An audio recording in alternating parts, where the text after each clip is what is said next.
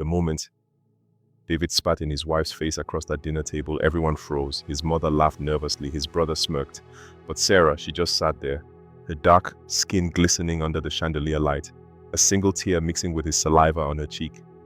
And in that silence, something shifted, because what none of them knew, what David had somehow forgotten in his arrogance, was that the woman he just humiliated in front of his entire family owned 90% of everything he thought was his. This is a story about power, about the quiet strength that builds empires while others take credit, and about the moment when silence finally speaks louder than any insult ever could. Before we dive deeper, let us know in the comments where you're watching from. We'd love to hear from you. And if you're new here, click on the subscribe button so you never miss any of our upcoming videos.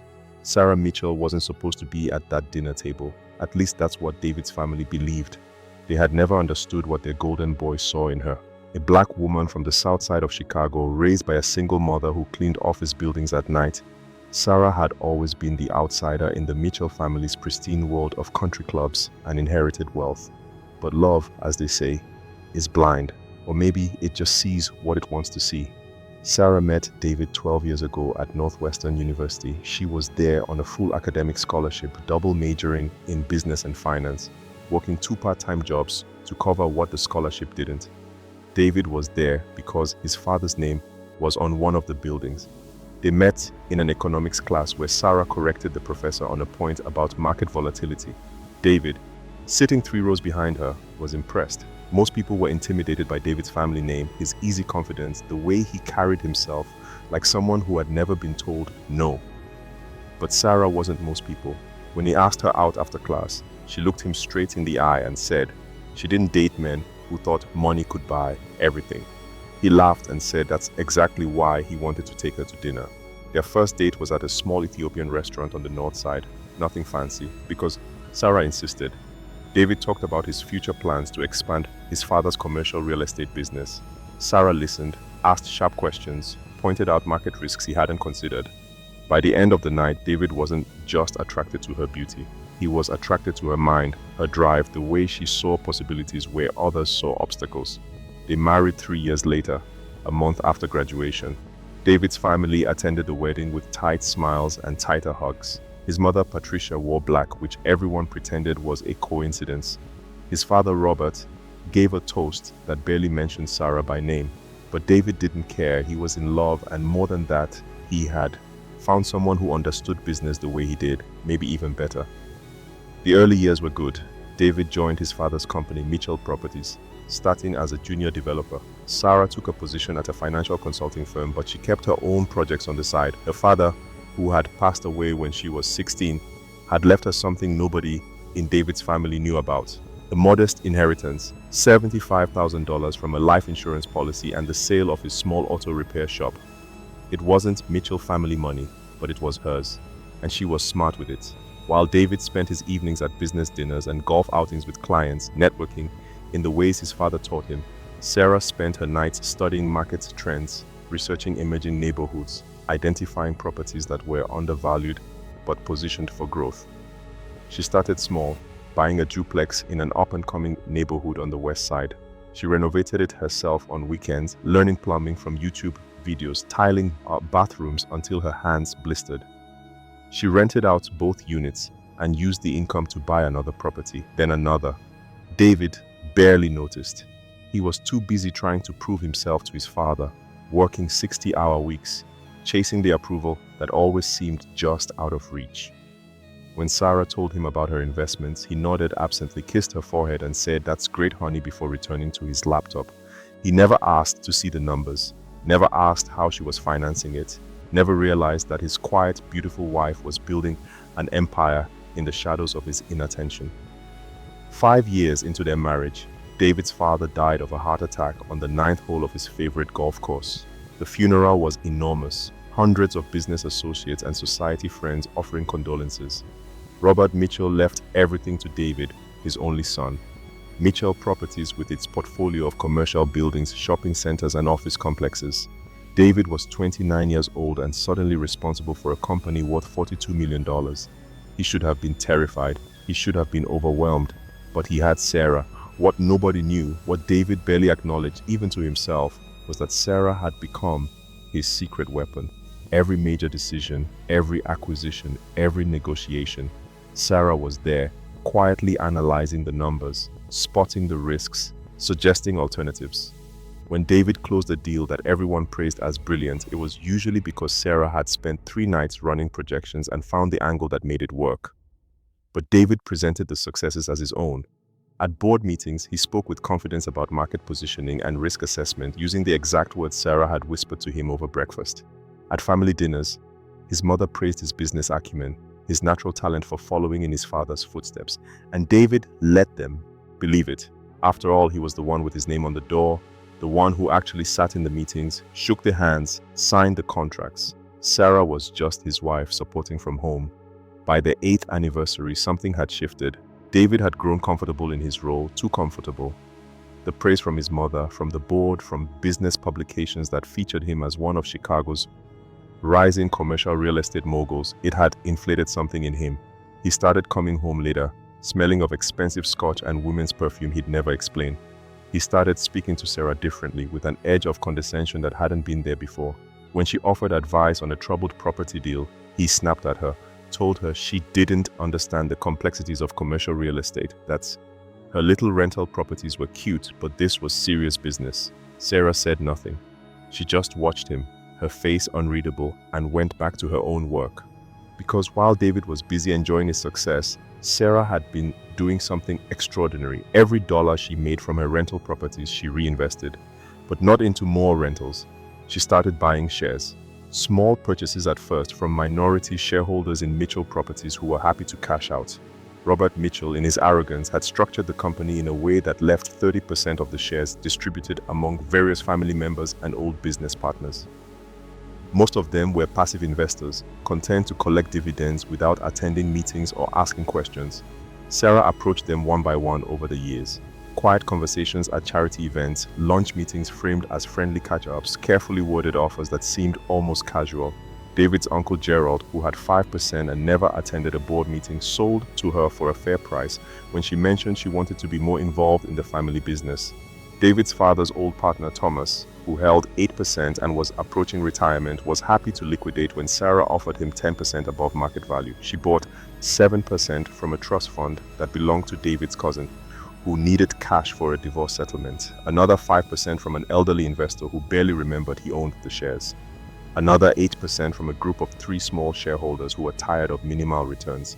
She financed these purchases through her rental income, through strategic loans against her growing property portfolio, through careful financial planning that would have impressed any Wall Street analyst. And she did it all quietly, through her maiden name, through an LLC she'd established years earlier. The shares were transferred in small enough increments that they didn't raise red flags. David, who owned 55% of Mitchell Properties outright, never checked the shareholder registry. Why would he? He owned the majority. He was in control, or so he thought. The dinner happened on a Friday in October, 3 weeks after their 10th anniversary. Patricia Mitchell had insisted on hosting one of her elaborate family gatherings at the Mitchell estate in Winnetka. These dinners were torture for Sarah. 3 hours of barely disguised hostility, wrapped in expensive wine and passive-aggressive compliments. But David always insisted they attend, said it was important for family unity, for business relationships. Sarah wore a simple black dress, elegant but understated. She'd learned years ago not to outshine Patricia, whose competitiveness with her daughter-in-law was legendary. She arrived with David, who was already on his 2nd drink of the evening, loose and loud in the way that meant trouble. The dining room was full. Patricia at the head of the table, David's brother Marcus and his wife Jennifer, David's uncle Gerald, a few cousins, and some business associates David was trying to impress. Sarah took her usual seat near the end, the position that made it clear she was present but not central. Dinner started pleasantly enough. Patricia talked about her recent trip to Tuscany. Marcus bragged about his new boat.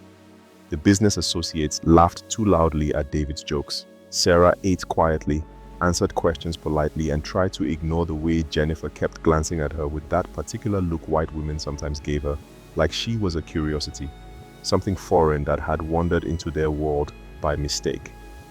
Then Patricia brought up the Riverside deal. Mitchell Properties had been trying to acquire a struggling shopping center on the Riverside for months, but the negotiations had stalled.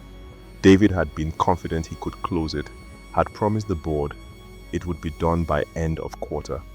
But the sellers had backed out last week, spooked by some inspection issues David had dismissed as minor. The board was unhappy. Investors were asking questions. It was, in short, a mess. "So, Patricia, why don't you tell us what happened with Riverside?" Patricia said sweetly, cutting into her filet mignon. "I've been hearing some concerns from board members." David's jaw tightened. "It's handled, Mother. Just some last-minute complications. Nothing I can't resolve." Marcus snorted. "Complications? You mean you overpromised and can't deliver?" David's face flushed. "Watch it, Marcus. At least I'm actually running the company instead of sailing around Lake Michigan on Daddy's money." The table went quiet. This was familiar territory, the sibling rivalry that had defined their childhood. But tonight, David seemed more aggressive, more defensive. Sarah could see it in his eyes, that dangerous combination of alcohol and insecurity. "You know what the problem is," Marcus continued, leaning back in his chair. "You've gotten soft. Dad would have closed that deal in a week." David stood up, his chair scraping loudly against the hardwood floor. "Dad isn't here. I am. And I've tripled the company's value in 5 years." Marcus smirked. "Have you? Or have you just been riding the market wave and taking credit?" Before David could respond, Patricia intervened. "Boys, please. This is a family dinner. David, sit down. You're making a scene." David remained standing, his hands clenched at his sides. Then he turned to Sarah, as if suddenly remembering she was there. "What do you think, Sarah? You've been awfully quiet tonight. Should I have handled the Riverside deal differently?" There was something cruel in his tone, something mocking. Sarah recognized it immediately. He was about to use her as a punching bag, a way to redirect the criticism away from himself. "I think," Sarah said carefully, "that sometimes it's better to walk away from a bad deal than to force it just to save face." The table went silent again, but this time the quality of the silence was different. Heavier. "Save face," David repeated slowly. "Is that what you think I'm doing? Trying to save face?" Sarah met his eyes. "I think you're under a lot of pressure, and sometimes that makes us make decisions we wouldn't normally make." David laughed, but there was no humor in it. "Wow. Thank you for that profound business insight. Really helpful. Sarah, could you enlighten us with more of your wisdom? Maybe you could tell us how you'd run a $40 million company, because, managing a few rental properties obviously qualifies you to give me advice." The cruelty in his voice was unmistakable now. Several people at the table looked away, embarrassed. But Marcus was grinning, enjoying watching his brother self-destruct. David continued, warming to his subject. "In fact, why don't you tell everyone here about your business empire? Please, share with us all the brilliant deals you've been making while I've been actually working." Sarah felt something cold settle in her chest. This was a line he'd never crossed before, not publicly, not in front of his family. She could feel Patricia's satisfaction radiating from the head of the table. This was what David's mother had always wanted, to see Sarah put in her place, reminded that she was the outsider, the charity case who'd gotten lucky. "I'd rather not," Sarah said quietly. David leaned across the table toward her, his face flushed. "No, please. I insist. Tell them about your little properties. The duplex you're so proud of, the apartments you manage. Everyone here would love to hear about it." The table had gone completely silent now. Even the servers had stopped moving, frozen in the doorway with their wine bottles. Sarah took a breath. "David, you're drunk. Maybe we should go home." And there it was, the trigger. The suggestion that he wasn't in control, that he was embarrassing himself. David's face twisted. "I'm drunk? You're sitting at my mother's table eating food I paid for, in a dress I bought, and you have the audacity to tell me I'm drunk?" Sarah felt tears prick her eyes, but she blinked them back. Every word he'd just said was factually wrong. She'd paid for her own dress, bought her own car, had her own bank account that David never bothered to check. But correcting him now would only make things worse. "You know what your problem is, Sarah," David continued, his voice rising. "You've gotten too comfortable. You forget where you came from. You forget that everything you have, everything you are, is because of me, because of my family. You were nobody when I met you, working 2 jobs, scholarship kid from the South Side, and I brought you into this world. I gave you this life. Marcus was openly grinning now. Jennifer looked shocked but fascinated. Patricia's face was stone. And this is how you repay me, David continued, by questioning my decisions, by implying I don't know what I'm doing, in front of my family. He reached across the table, grabbed Sarah's water glass and threw the water in her face. The shock of it made her gasp. Cold water dripped down her cheeks, soaked the front of her dress. For a moment, nobody moved. Then David did something worse. He leaned forward and spat, directly in her face. The saliva landed on her cheek, mixing with the water. And then he laughed. "That's what I think of your advice," he said. The room erupted. Patricia gasped. Jennifer said, "Oh my God!" One of the business associates stood up, looking horrified. Marcus just stared, his grin finally fading. But Sarah didn't move. She sat there, water and spit on her face, her hands folded in her lap. And then, slowly, she picked up her napkin, wiped her cheek, folded the napkin carefully and placed it beside her plate. When she stood, her movements were deliberate, controlled. She looked at David, really looked at him, and for the first time in years, he saw something in her eyes that made him step back. "I'm going home," she said quietly. "We can talk about this Monday." "Monday?" David laughed nervously. "What's happening Monday?" Sarah smiled, and it was the saddest smile anyone at that table had ever seen. "You'll find out." Sarah didn't sleep that night. She sat in their home office, the office David never entered because he did all his work at the company headquarters, and she made phone calls. Her lawyer first, Robert Chen, the attorney who'd been helping her structure her acquisitions for years, then her accountant, then 3 members of Mitchell Properties board of directors, the ones who weren't family, the ones who cared more about competence than legacy. By Saturday morning, everything was in motion. By Sunday evening, the paperwork was filed. By Monday at 9 a.m., when David walked into Mitchell Properties headquarters with a hangover and a vague sense of unease he couldn't quite name, everything had changed. The board meeting was scheduled for 10. David had forgotten about it, assumed it was just the usual monthly review. He grabbed coffee from his secretary, made small talk with some junior executives, and strolled into the conference room 5 minutes late, and stopped. The room was full, but not with the usual faces. The board members were there, yes, all 7 of them. But there were also 3 lawyers he didn't recognize, his secretary, the head of HR, the company's accountant, and at the head of the table, where David usually sat, was Sarah. She wore a navy suit he'd never seen before, her hair pulled back, her expression calm, the same expression she'd had when she wiped spit off her face 3 days earlier.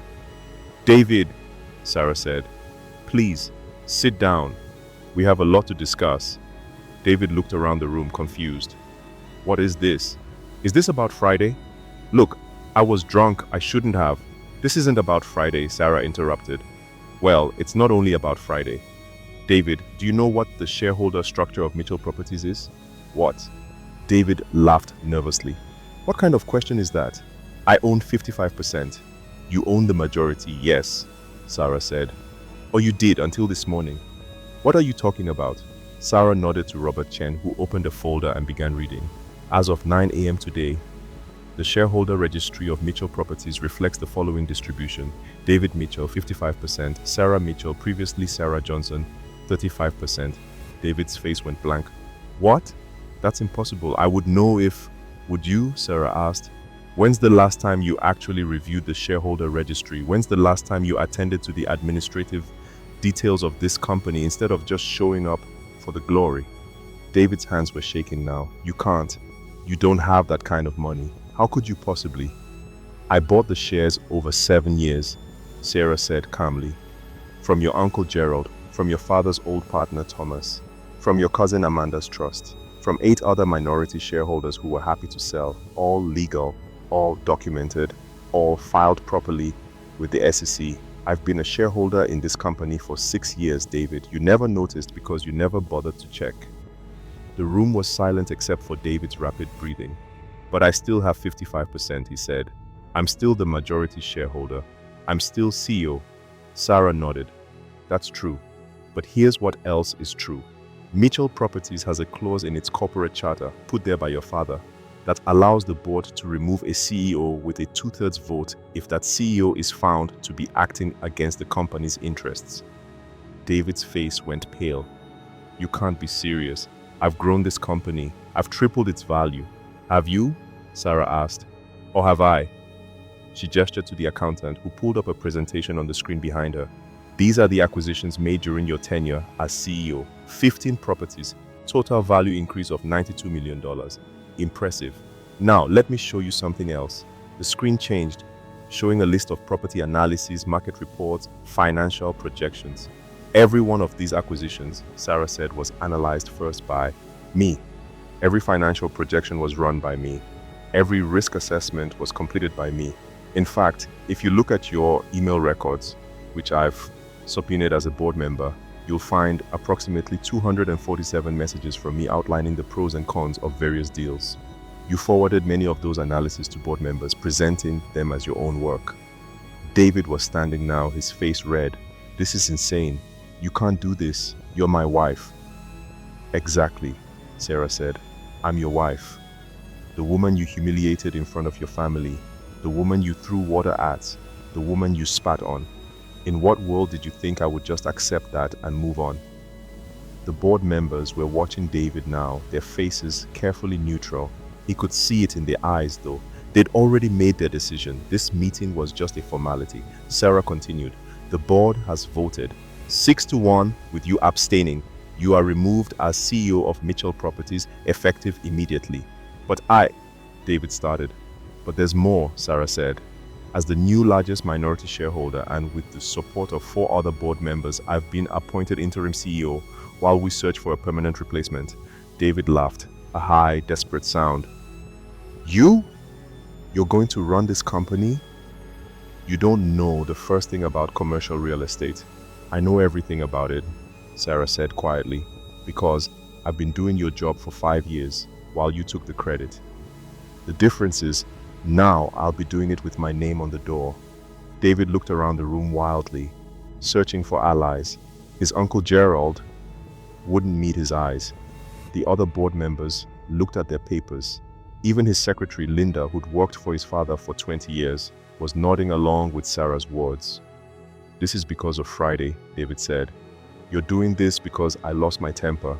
This is because of the last 5 years, Sarah corrected. Friday was just the moment I realized I was done enabling you, done protecting you from your own incompetence, done pretending that you built this company's success when we both know the truth. She stood, gathering her papers. You have 2 choices, David. You can stay on as a consultant with a significantly reduced salary and no decision-making authority. You'll keep your shares, keep your dividends, but you'll report to me. Or you can sell your shares at market value and walk away. Either way, you're done running this company into the ground. David felt something break inside him. His father's company, his legacy, everything he'd built his identity around, gone, because he'd been cruel to the one person who'd actually been holding it all together. He looked at Sarah, really looked at her, and saw a stranger. No, not a stranger. He saw the woman he'd met 12 years ago in that economics class, the one who'd corrected the professor, who'd challenged him, who'd been smarter than him from the very beginning. He'd just been too arrogant to see it. He started, but his voice broke. Sarah's expression softened slightly. You were the one who taught me about business, David. Your father's lessons, the ones you shared with me in those early years. Always have a backup plan. Never let anyone see all your cards. And never, ever underestimate someone just because they're quiet. I learned from the best. She walked to the door, then paused. The board meeting is adjourned. David, I'll need your office cleared by end of day. Linda will help you pack. And David, one more thing. He looked up at her, broken. What? Your mother called this morning, Sarah said. She wanted to schedule another family dinner. I declined. I don't think the Mitchells and I will be socializing much anymore, unless it's at shareholder meetings, of course. Then she was gone, leaving David standing in the conference room that had been his kingdom, surrounded by people who no longer saw him as a king. The news spread through Chicago's business community like wildfire. By Tuesday, it was in the Tribune. By Wednesday, it was national news. The headlines varied, but the story was the same. Wife ousts husband as CEO. After he spat on her at family dinner, black woman's secret, takeover of her husband's company. The quiet empire she built while he took the credit. Some outlets painted Sarah as a hero, a symbol of women's empowerment and racial justice. Others portrayed her as calculating, manipulative, a woman who'd used her marriage to steal her husband's company. Sarah ignored all of it. She had work to do. Her first week as CEO was brutal. She worked 16-hour days meeting with investors, reassuring clients, reviewing every project David had approved in the past 2 years. What she found was worse than she'd feared. The Riverside deal that had fallen through. David had ignored 3 separate engineering reports warning about foundation issues. He'd been so desperate to close the deal to prove himself that he dismissed expert advice. If it had gone through, Mitchell Properties would have been liable for millions in repairs. There were other problems too. A strip mall in Naperville that was hemorrhaging money because David had overpaid by 30%. An office complex downtown that he'd purchased without proper environmental testing, only to discover it was contaminated with asbestos. A proposed development in Evanston that violated zoning regulations David hadn't bothered to research. Every mess had Sarah's fingerprints on it in the form of emails she'd sent David, warnings he'd ignored, alternatives she'd proposed that he'd dismissed. She'd been trying to save him from himself for years. He'd just been too proud to listen.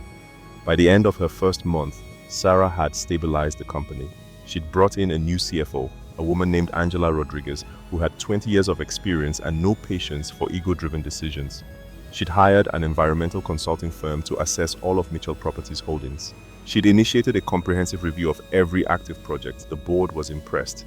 The investors were relieved. The employees, many of whom had been quietly frustrated with David's leadership for years, were energized.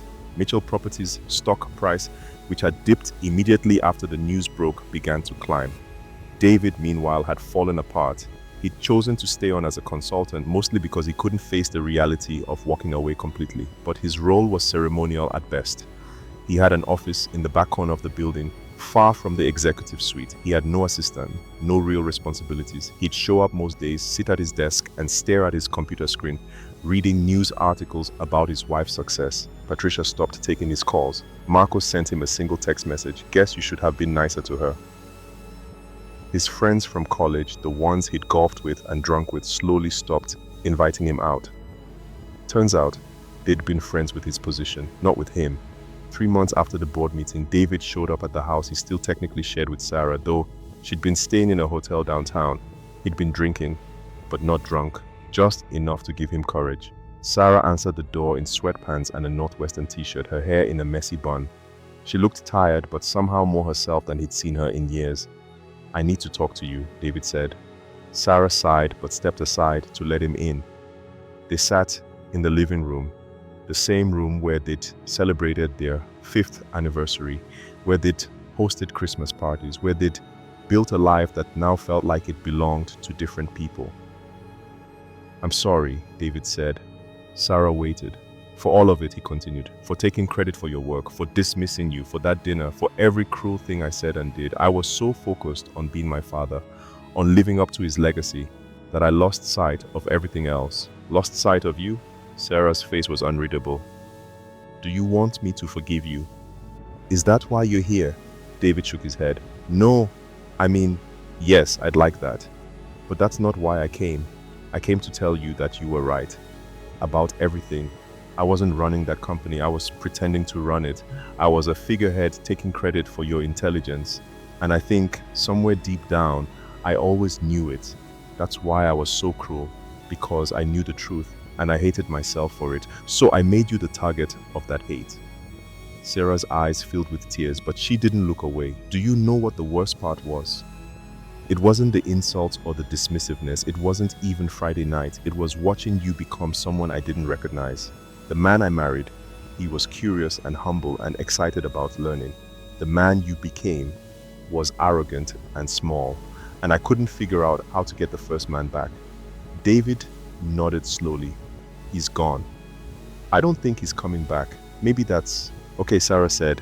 "Maybe you need to figure out who you are without your father's company, without the Mitchell name, without all the expectations. Maybe that's the only way you'll find someone worth being." They sat in silence for a long moment. Then David stood.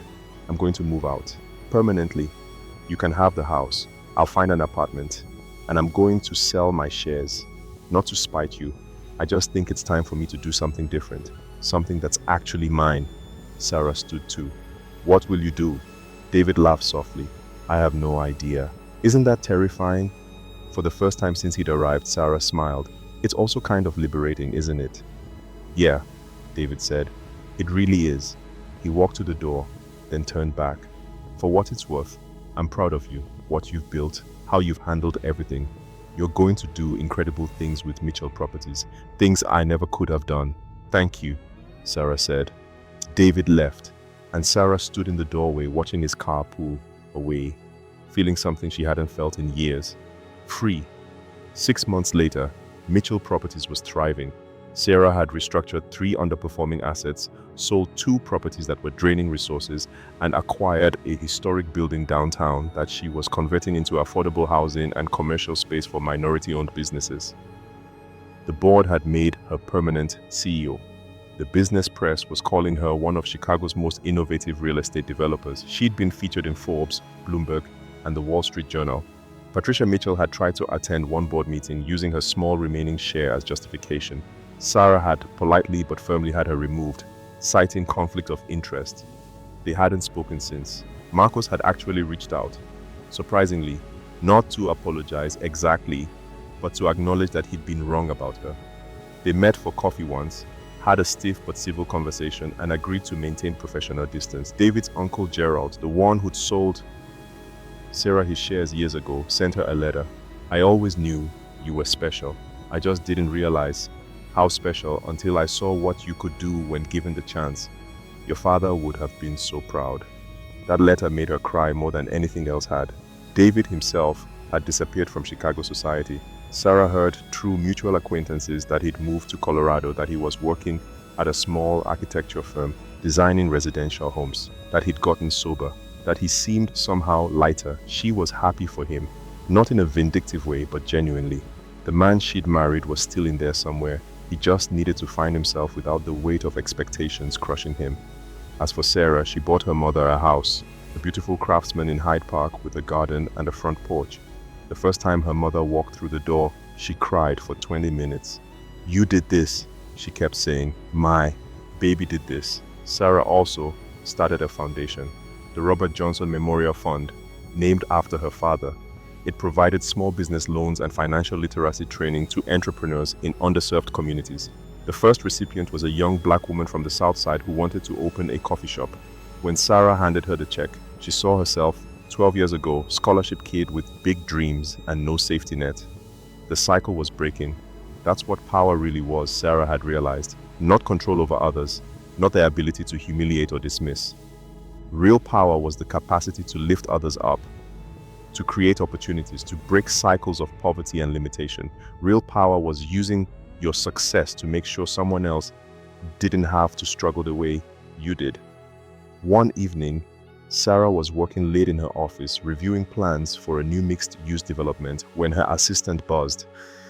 There's someone here to see you, no appointment, says it's personal. Sarah almost said no. Then curiosity got the better of her. Send them in. The door opened and Jennifer walked in. David's sister-in-law, Marcus's wife, the woman who'd sat at that dinner table 6 months ago and watched Sarah get humiliated without saying a word. Jennifer looked uncomfortable, her designer handbag clutched tightly. I know I have no right to be here, she started. Sarah gestured to a chair. Sit. Jennifer sat perched on the edge like she might need to run. I wanted to apologize for that night, for not saying anything, for not standing up for you. I've thought about it every day since. The way you just sat there, took it, and then quietly destroyed them all. It was the most powerful thing I've ever seen, and the most shameful, because I should have been powerful too. I should have said something. Sarah studied her. Why didn't you? Jennifer's eyes filled with tears. Because I was scared.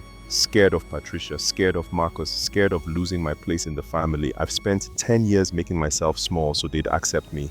And when I saw you refuse to be small, refuse to disappear, it held up a mirror I didn't want to look into. Sarah felt something soften in her chest.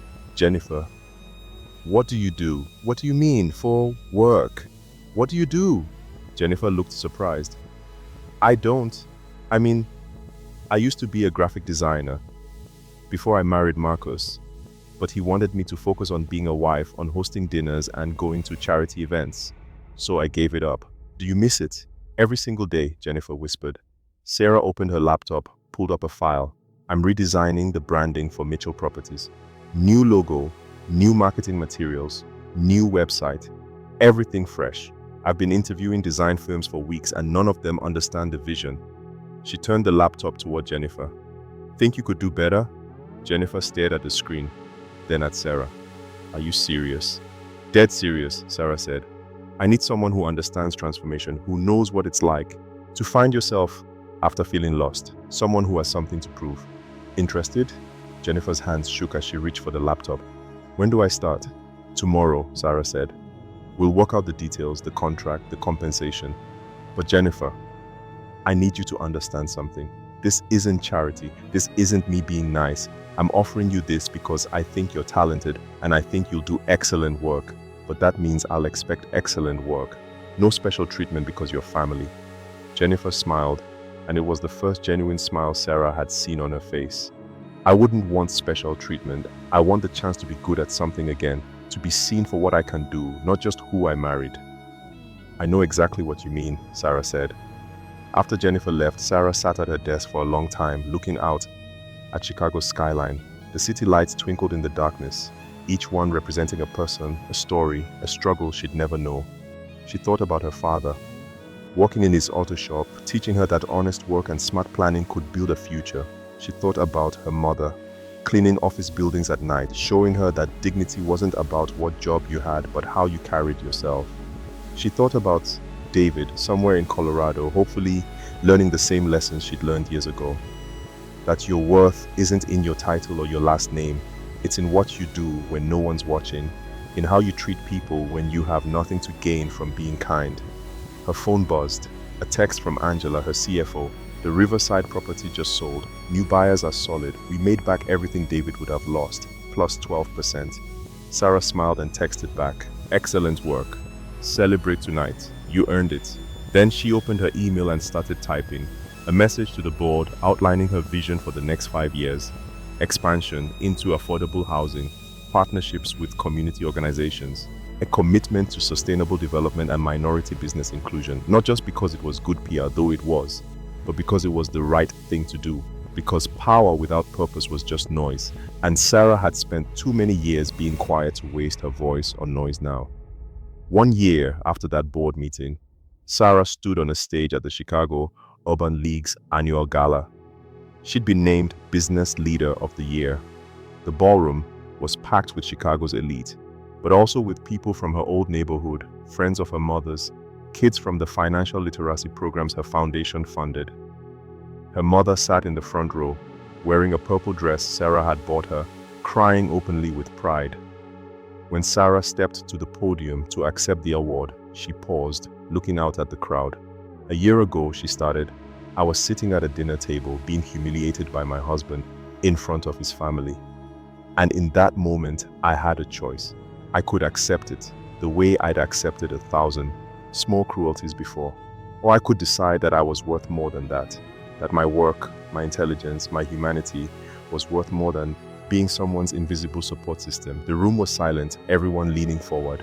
I didn't destroy my husband's company, Sarah continued. I saved it. I'd been saving it for years. I just finally got the credit I deserved. And here's what I learned. Power isn't something you take from someone else. It's not a zero-sum game where my success means someone else's failure. Real power is what you build when no one's watching. It's the investments you make in yourself, the skills you develop, the networks you create, the value you add when there's no applause, no recognition, no reward, except knowing you did something excellent. She held up the award, a heavy crystal sculpture that caught the light. This is beautiful and I'm honored, but it's not why I do this work. I do this work because my father taught me that everyone deserves a fair shot. I do this work because my mother showed me that hard work and integrity matter more than pedigree. I do this work because there's a young black girl somewhere in Chicago right now who thinks she can't, who thinks the barriers are too high, who thinks people like her don't get to sit in corner offices and make decisions that shape cities. And I want her to know she's wrong. She paused, her voice catching. You can build empires in the shadows. You can be brilliant without applause. You can be powerful without being loud. And when the moment comes, when someone tries to diminish you, to spit on you, literally or figuratively, you can stand up. You can use that power you've been quietly building, and you can change everything. The room erupted in applause. People stood, whistling and cheering. Sarah saw her mother sobbing, saw Jennifer in the back, holding up her phone to record, saw Angela and the rest of her team grinning. And in that moment, Sarah understood something profound. The dinner where David spat on her wasn't the worst moment of her life. It was the beginning of her real life. The life where she stopped shrinking, stopped enabling, stopped accepting crumbs when she deserved the whole feast. That humiliation had been the catalyst. But the empire, the success, the transformation, that was all hers. She'd built it. Not in revenge, though that had been satisfying, but in self-respect, in finally valuing herself the way she'd always deserved to be valued. After the gala, Sarah drove through her old neighborhood, past the house where she grew up, now renovated by a young family she'd helped with a first-time homebuyer program, past her father's old auto shop, now a community center that offered job training, past the library where she'd studied for the SAT, dreaming of college, of escape, of something more. She pulled over and sat in her car, engine running, looking at the streets that had shaped her. This neighborhood had taught her hunger, ambition, the understanding that nothing would be handed to her. And the Mitchell family had taught her strategy, patience, the long game. She'd needed both lessons to become who she was now. Her phone rang, unknown number. She almost didn't answer, then changed her mind. Hello, Sarah. It was David's voice, tentative. Is this okay that I'm calling? Sarah was quiet for a moment. It's okay, I saw the video, David said. From the gala, your speech. It was incredible, thank you. There was a long pause. I'm engaged, David said finally. Her name's Rachel. She's a teacher. We met at a coffee shop. She has no idea who the Mitchells are and doesn't care. And I'm happy, actually happy. Not performing happiness, the real thing. Sarah smiled. I'm glad, David. Truly, I am too, he said. Happy for you. What you've done with the company, with your life. It's what should have happened years ago. I'm sorry it took me so long to see it. We both had growing up to do, Sarah said. You just had further to fall before you could start climbing. David laughed softly. That's true. Listen, I won't take up more of your time. I just wanted you to know that I'm grateful for everything, even the hard parts, especially the hard parts. Take care of yourself, David. You too, Sarah. She hung up and sat there for another moment. Then she put the car in drive and headed home, not to the Mitchell estate in Winnetka, which she'd sold 6 months ago, but to a loft in the South Loop she'd bought and renovated herself. Exposed brick, huge windows overlooking the lake, bookshelves full of business texts and novels and photo albums. A space that was entirely hers. She poured herself a glass of wine, stood by the window and looked out at the city she was helping to reshape. Tomorrow, she had a meeting with the mayor about a public-private partnership for affordable housing. Next week, she was keynoting a conference for women in real estate. Next month, her foundation was launching a scholarship program at Northwestern for first-generation college students. The work never stopped, but that was okay, because it wasn't work in the way David had done it, chasing his father's approval, trying to prove something to people who'd never be satisfied. This was purpose. This was building something bigger than herself. This was making sure that the next Sarah, the next kid from the South Side with big dreams and no connections, had a better path than she did. Her phone buzzed again, a text from her mother. I'm so proud of you, baby. Not because of the award, because of who you are. Sarah wiped away a tear and texted back, I love you, Mama. Everything I am, I learned from you and Daddy. She set down her phone and raised her glass to the window, to the city, to her father's memory, to every person who'd ever doubted her, or dismissed her, or underestimated her. Thank you, she whispered. You taught me exactly how strong I needed to be. So here's the question I want you to think about tonight as you lie in bed or sit with your morning coffee. How many times have you made yourself small to make someone else comfortable? How many times have you let someone take credit for your work because speaking up seemed too risky, too difficult, too likely to cause conflict? How many brilliant ideas have you kept to yourself because the person you shared your life with, your bed with, your dreams with, couldn't handle you being more successful than them? Sarah's story isn't just about revenge, though that was satisfying to watch. It's about the slow, patient work of building value when no one's paying attention. It's about keeping receipts, not out of malice, but out of self-respect. It's about knowing your worth, even when everyone around you is telling you you're worthless. And it's about that moment, that crucial moment, when someone crosses a line and you finally say enough. Not with violence, not with screaming, but with the quiet, devastating power of facts, of documentation, of competence that can't be denied. If Sarah's husband had just been kind, if he just acknowledged her contributions, if he just treated her with basic respect, he'd still be CEO.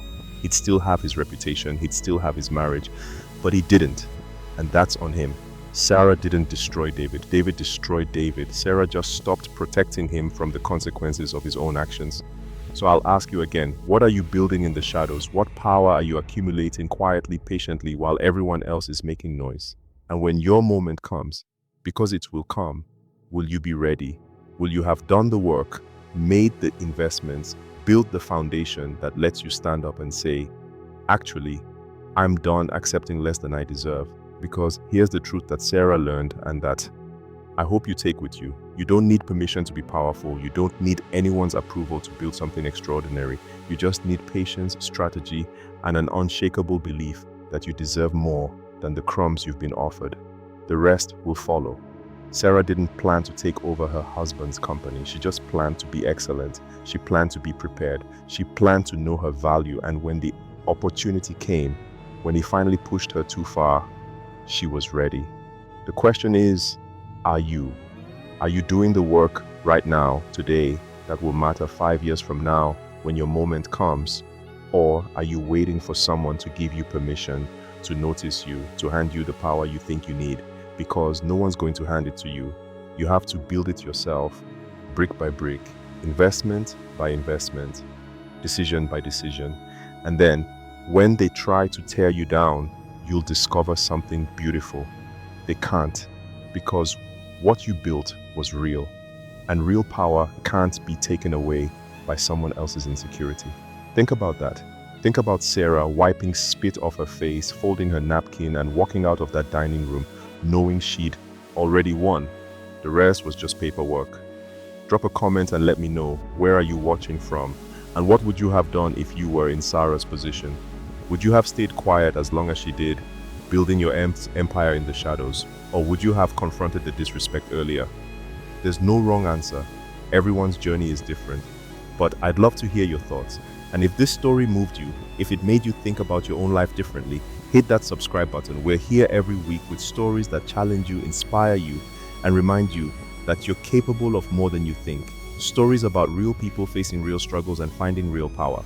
Not the kind of power that comes from putting others down, but the kind that comes from lifting yourself up. Until next time, remember Sarah's lesson. Build in the shadows. Know your worth. And when your moment comes, be ready. Because the world is full of people who will try to diminish you, but they can only succeed if you let them. Don't let them. You're worth so much more than that.